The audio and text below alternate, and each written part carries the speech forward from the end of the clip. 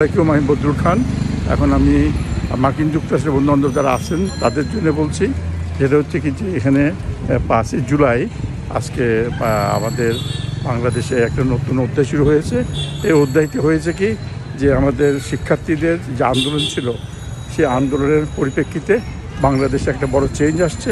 তো এখন অনেককে দেখছি এখানে সেখানে বেরিয়ে যাচ্ছে। আমি বসুন্ধরা এলাকায় আছি, তো এখন আমি একজনকে দেখেছি, এই ছাত্রীটা হচ্ছে নর্থ সাউথ ইউনিভার্সিটিতে পড়ে, এবং তাকে জিজ্ঞেস করছি যে আচ্ছা ভাই, আপনার নাম কি? আমার নাম রোহানি।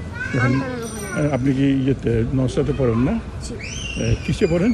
আমি এনভায়রনমেন্টাল সায়েন্সে পড়ছি। আমার ডিপার্টমেন্ট হচ্ছে environmental science and management. Very good.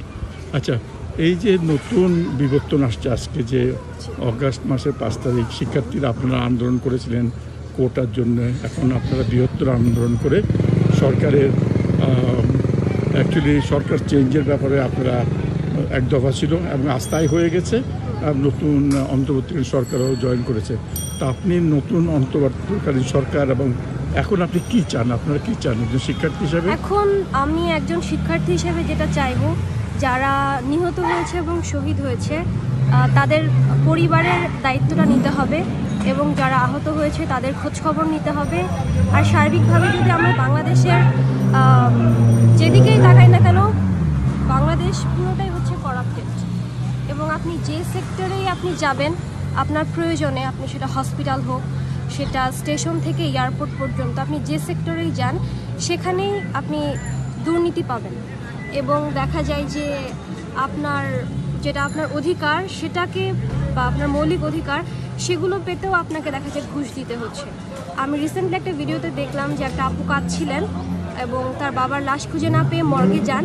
সেখানে তার বাবার লাশ শনাক্তকরণের জন্য বা তার বাবার লাশকে দেখার জন্য তাকে 500 টাকা ঘুষ দিতে হয়েছে। এটা তো আসলে একটা স্বাধীন দেশে আমরা চাই না। এবং অর্থনৈতিক অবস্থা যদি দেখেন, খুবই বাজে অবস্থা, যেখানে দেশের জনগণ 20 টাকার আলু 80 টাকা দিয়ে কিনছে। এটা তো একটা উন্নয়নশীল দেশে বা ভবিষ্যতে আমরা যে অবস্থায় যাব, আমরা তো এটা আসলে আশা করতে পারি না।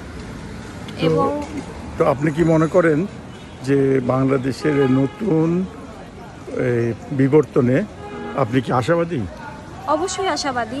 এখন আমরা আশাবাদী যে বাংলাদেশের প্রত্যেকটা সেক্টরেই গুরুত্বের সাথে কাজ করা হবে, এবং যে প্রত্যেকটা সেক্টর যে করাপ্টেড, এটা ঠিক যদি না করা হয় তাহলে আসলে, এবং স্বজনপ্রীতি রয়েছে প্রত্যেকটা সেক্টরে, এটা ঠিক করা না হলে দেশ আসলে এগোতে পারবে না।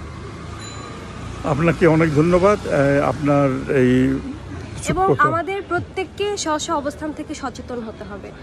এখন আমি একা পরিবর্তন করতে পারবো না, সরকারও একা পরিবর্তন করতে পারবে না। সরকারকে আমাদের একজন হতে হবে, আমাদের বন্ধু হতে হবে, জনগণ কি চায় সেটা দেখতে হবে, সেটা বাস্তবায়নের জন্য কাজ করতে হবে, এবং সিদ্ধান্তগুলো বা দেশের জনগণ যেটা চাচ্ছে সময় উপযোগী, এটা বুঝে সরকারকে সেটা বাস্তবায়ন করতে হবে। তাহলেই আমি মনে করি যে সরকার এবং সাধারণ জনগণ যদি এভাবে একসাথে আগায় তাহলে আমরা একটা ভালো দেশ আশা করতে পারি। ধন্যবাদ আপনার এই সুন্দর বক্তব্যের জন্য। আমি বসুন্ধরা এলাকায় আছি, আপনারা জানেন আমি মার্কিন যুক্তরাষ্ট্রে থাকি। এই শিক্ষার্থী নর্থ সাউথ ইউনিভার্সিটি, আমি কিছুদিন আগে বক্তৃতা আসছিলাম স্কুল অফ বিজনেসে, তো খুব ভালো লাগলো আপনার কথা শুনে। আপনি ভালো থাকবেন, সুস্থ থাকবেন। আপনিও ভালো থাকবেন। আসসালামু আলাইকুম, আল্লাহ হাফেজ।